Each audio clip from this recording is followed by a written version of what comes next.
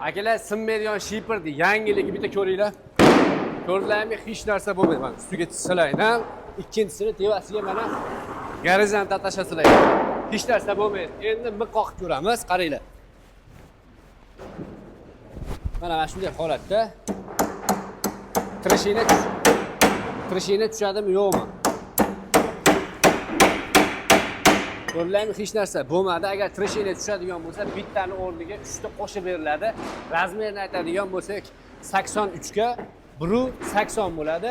Misol uchun qaranglar, standart shipper razmeri 114 ga 174 bo'ladigan bo'lsa, bitta joyga standart shipper 100 ta ketadi. Agar bundan ishlatadigan bo'lsalaring, o'sha joyga 120 ta ketadi. Usta haqqidan ekonom qilasiz. Bundan tashqari, yog'ochini sal nozirog'ini qo'ysangiz ham bemalol ko'taraveradi. O'sha aytganimizdek 10 yil garantiyasi bor. Dastlabki kirishgan holatda bo'ladi. Sinmaydi, hech narsa bo'lmaydi. Juda ham zo'r shipper. Nima deb o'ylaysizlar? Narxiga arziydimi, yo'qmi? Agar arziydigan bo'lsa, like bosib, do'stlarga tarqatib bersin.